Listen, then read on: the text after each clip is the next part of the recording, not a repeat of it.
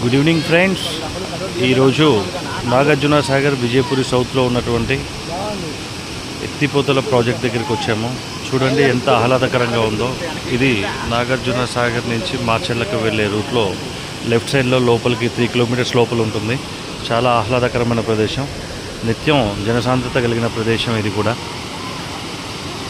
ఈసారి ఈ ఏరియాకి వచ్చినప్పుడు ట్రై చేయండి. ఇది నాగార్జున సాగర్ నుంచి మార్చెల్లకు వెళ్ళే రూట్లో లెఫ్ట్ సైడ్లో 3 కిలోమీటర్ల దూరంలో ఉంటుంది.